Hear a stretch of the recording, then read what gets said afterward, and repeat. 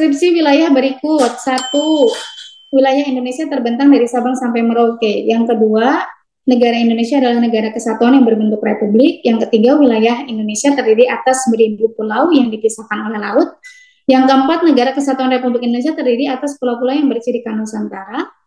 Yang kelima, negara Indonesia adalah negara kepulauan yang dihubungkan oleh laut hingga menjadi satu kesatuan. Yang keenam, Indonesia terdiri atas 1000 pulau yang bersatu di bawah NKRI dengan perairan Nusantara sebagai pembatasnya.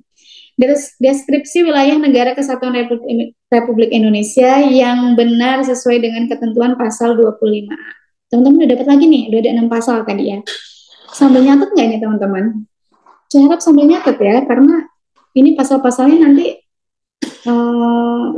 penting semua ya, penting, harus dicatat ya. Kita dapat sedikit, karena kalau langsung menguasai semuanya agak sulit teman-teman. Jadi teman-teman harus ketika keluar di soal, sebisa mungkin itu diingat. Pasal tentang 25A ini adalah bunyinya negara Indonesia itu negara kepulauan, isinya ya, negara kepulauan yang bercirikan Nusantara. Bunyi pasalnya begini, bercirikan Nusantara. Sebenarnya ini maksudnya apa ketika kita mengatakan negara kepulauan yang bercirikan Nusantara? Kita ini ingin mempertegas bahwa wilayah Indonesia itu terbagi jadi 3. Jadi wilayah kita itu ada daratan, lautan, dan udara. Jadi wilayah kita itu ada 3 ini, ya. Nah, sebagai negara kepulauan, teman-teman, kita tuh mempertegas juga. Nanti teman-teman akan mungkin mengenal namanya deklarasi Juanda. Pernah dengar nggak deklarasi Juanda? Deklarasi, pernah ya. Deklarasi Juanda ini tuh apa? Deklarasi Juanda itu adalah sebuah deklarasi yang mempertegas bahwa kita itu negara kepulauan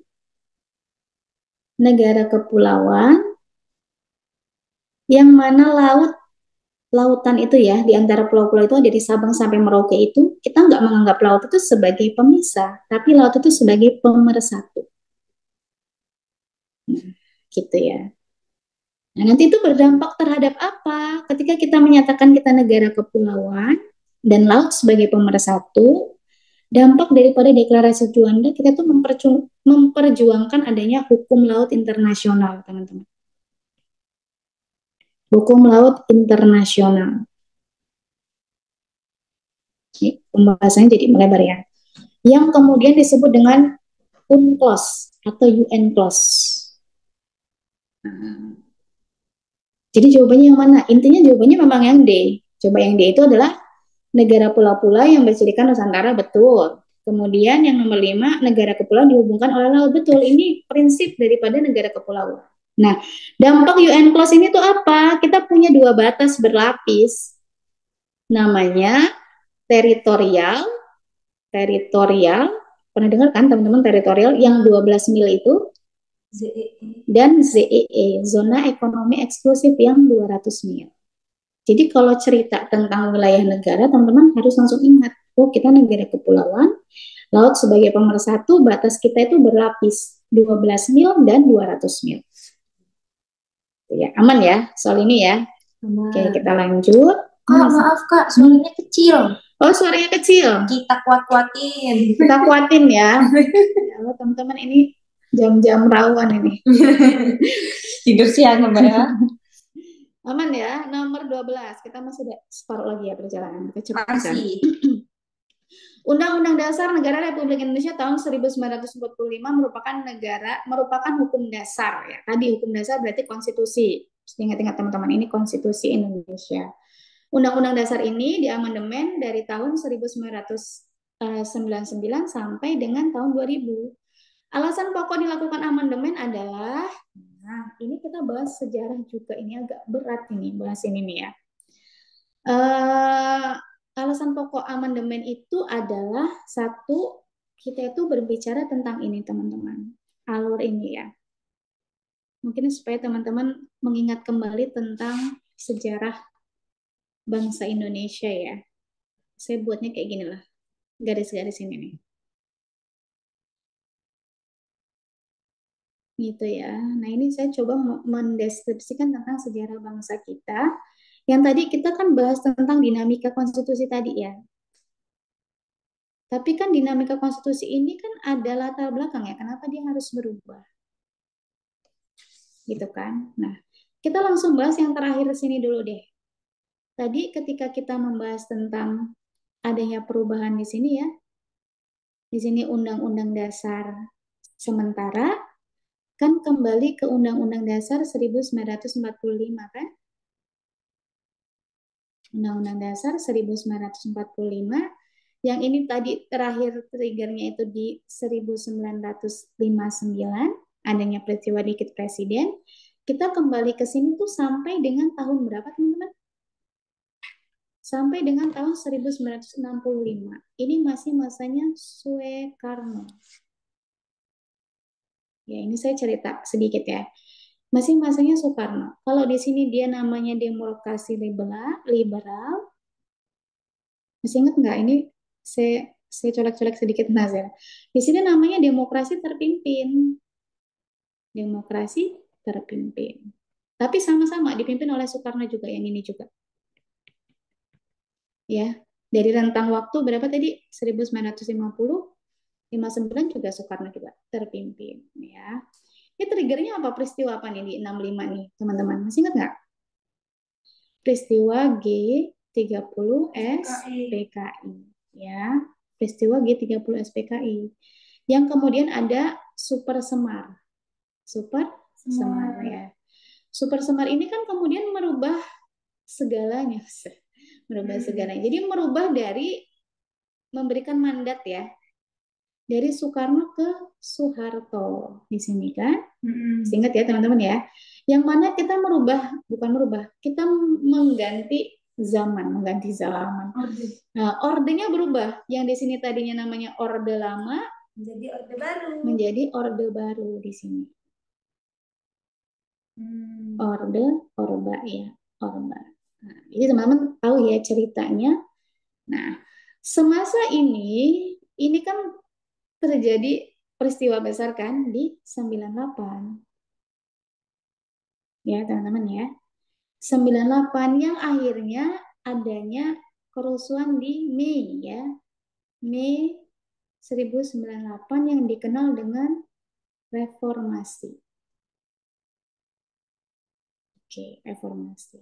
Nah, reformasi ini kemudian kita mengenal adanya istilah tuntutan reformasi. Salah satunya reformasi.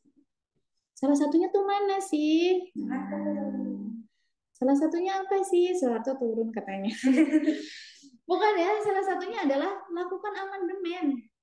Amandemen Undang-Undang Dasar 1945.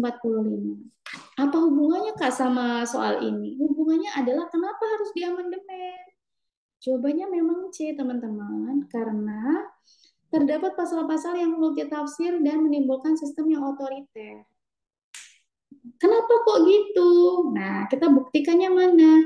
Buktikan adalah sebelum amandemen. Nah, jadi ini cerita ya.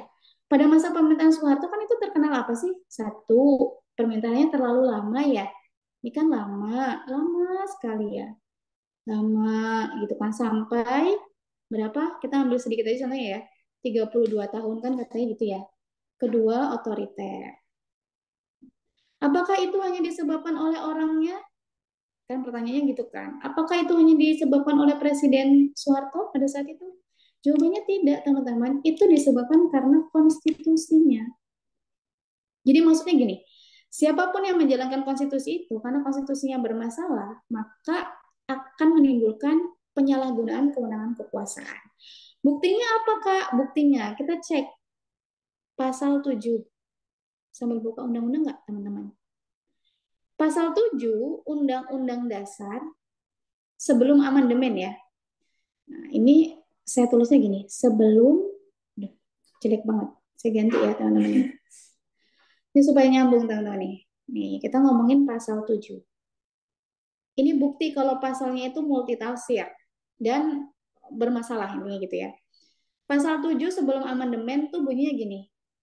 Presiden dan wakil presiden kurang lebih gini ya, menjabat menjabat 5 tahun dan setelahnya dapat dipilih kembali.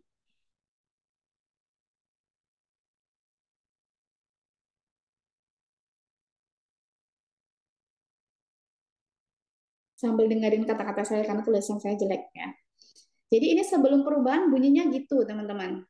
Sebelum amandemen, berarti masa di Orde Baru kita menggunakan pasal ini bunyinya gini.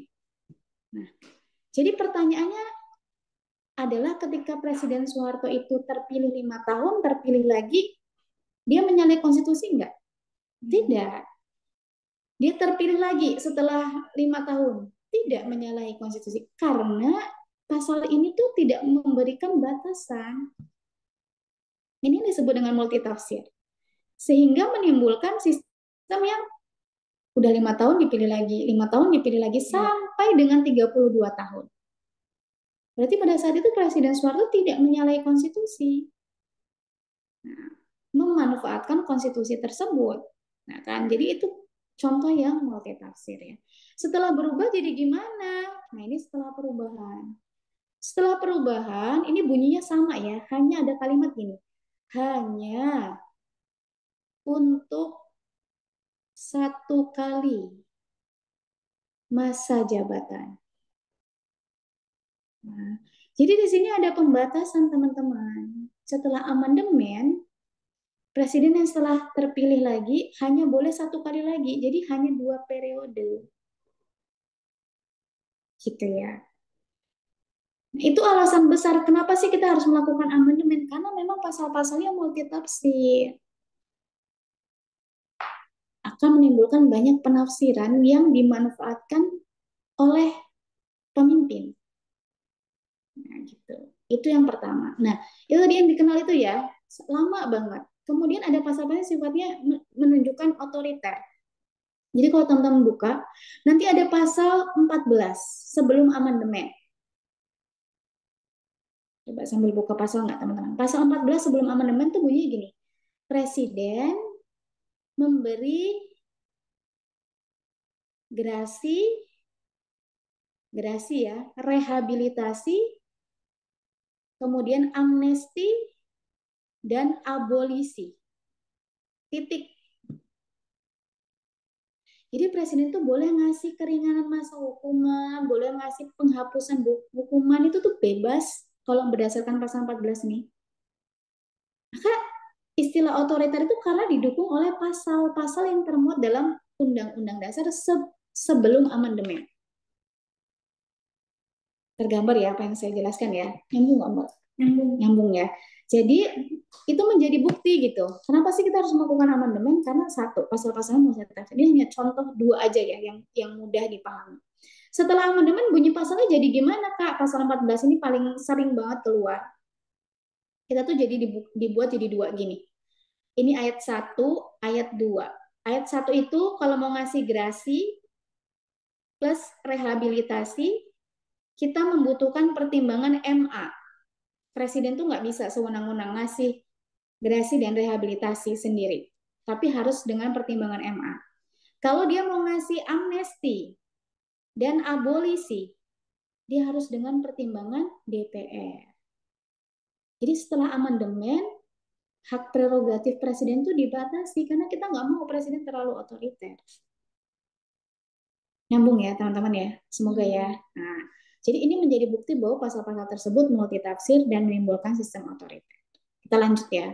Nanti saya kasih file teman-teman tentang bahan tayang Undang-Undang Dasar. Akan lebih mudah memahami ini.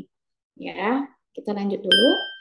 Nomor 13, Undang-Undang Dasar Negara Republik Indonesia tahun 1945 diamandemen dalam 4 tahapan. Nah, ini sama kayak yang tadi ini ceritanya. Dalam melakukan amandemen, ada kesepakatan yang harus diperhatikan, yaitu, betul, jawabannya tetap mempertahankan NKRI. Ini ketentuannya ada di mana? Nanti teman-teman ketika membaca tadi, file yang saya berikan pada bahan tayang tadi, kita harus tetap mempertahankan NKRI ini termuat. Jadi kita tuh boleh melakukan perubahan terhadap pasal-pasalnya, tapi nggak boleh satu mengubah pembukaan.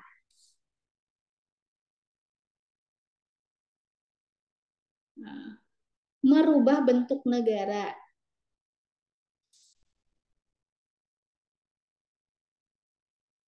Negara. Dan yang ketiga, gimana nih? Ini masih muncul ya teman-teman? Kaget. Yang ketiga adalah apa? Yang ketiga, mempertahankan NKRI. Pokoknya sambil dengerin suara saya ya teman-teman. Suara saya jelek banget.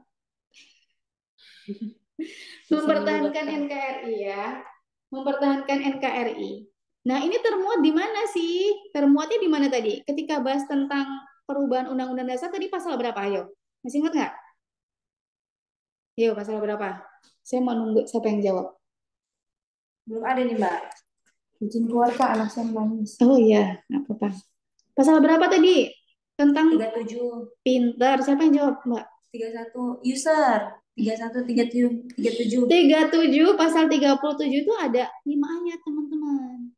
Nah, 1, 2, 3, 4, 5. Di yang kelima ini ada ketentuan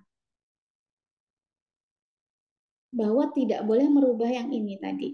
Nah, jadi pasal 37 ayat 5 ini membahas tentang hal-hal yang tidak boleh dirubah. Nanti kalau yang ini kita bahas tersendiri ya. Nah, 1, 2, 3, dan 4. Yang jelas, dalam melakukan amandemen, ada 3 hal yang nggak boleh dirubah. 1, pembukaan. Kenapa pembukaan nggak boleh dirubah? Karena memuat Pancasila. Memuat tujuan bangsa Indonesia. Memuat cita-cita bangsa Indonesia. Nah, kedua, bentuk negara nggak boleh dirubah. Bentuk negara. Bentuk negara itu ada di pasal 1 ayat 1. Jadi kita bahas pasal 1 ayat 1.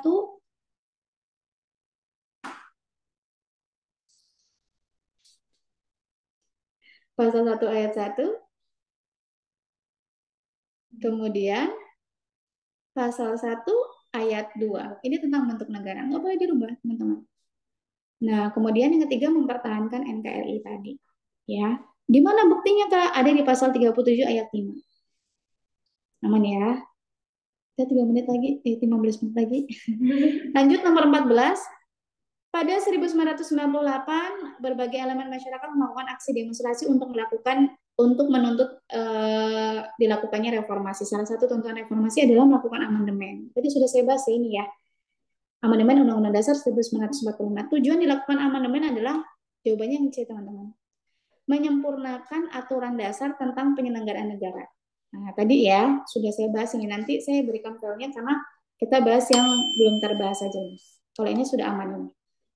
Jawabannya yang C. Ya, oke. Lanjut nomor 15. Contoh pelaksanaan Undang-Undang Dasar 1945, terutama pasal 31 ayat 1. Kak, sebentar, Kak. Soal nomor 13 belum di SS. Ke 13 bentar. Oke. 1, 2, 1, 2, 3, cek lanjut, Mbak. Nomor 15. Nomor nomor nomor nomor 15 ya, nomor 15. Pasal 30 ayat 1 itu ngomongin apa sih? Ini ngomongin pendidikan. Ngomongin tentang pendidikan ya. Jadi kalau ngomongin pendidikan nanti bisa saja soalnya itu meluas seperti kebijakan pemerintah ya. Contohnya apa saja tentang kebijakan pemerintah? Kan pasal tentang pendidikan ini kan bahwa pendidikan itu merupakan hak seluruh rakyat Indonesia ya. Yang kemudian kita punya anggaran 20% kan untuk pendidikan. Nah, 20% anggaran. Nah, biasanya nanti ini munculnya soalnya tuh implementasinya ke KIP atau beasiswa atau apalagi ya, wajib belajar gitu. Jadi jawabannya yang mana nih teman-teman? Meskipun berasal dari keluarga tidak mampu, Suruti tetap harus melanjutkan sekolah. Tetap dapat melanjutkan sekolah ya. Jadi ini sebenarnya karena maksudnya ada anggaran ini dan memungkinkan mendapatkan beasiswa atau KIP ya. Jadi itu implementasi pasal 31 ayat 1. Udah dapat banyak ya, tadi harusnya sampai dicatat dong, Mbak. Kita pasalnya sudah berapa, supaya bisa bertanya ke teman-teman. Udah banyak ya teman-teman, pasal 37, pasal 31, pasal 29, pasal 25 ayat 25A, pasal 1 ayat 1, pasal 1 ayat 2, pasal 1 ayat 3, nanti sudah dibahas yang ini. Kita geser sedikit teman-teman supaya lebih ingat lagi ya. Nah, pasal 30 tentang pertahanan dan keamanan negara. Ini soalnya sering keluar nih. Pertahanan dan keamanan negara. Setelah itu kita ngomongin pasal 31, kan langsung ingat ya, ngomongin tentang ini. Nah, pasal tentang pertahanan dan keamanan negara ini nanti temenan sama pasal 27 ayat 3. Ini tentang bela negara. Ini sering banget keluar, ya. Jadi pasal 30 dan pasal 27 ayat 3 mohon sekali jangan dilupakan. Aman ya, kita lanjut ya nomor 16.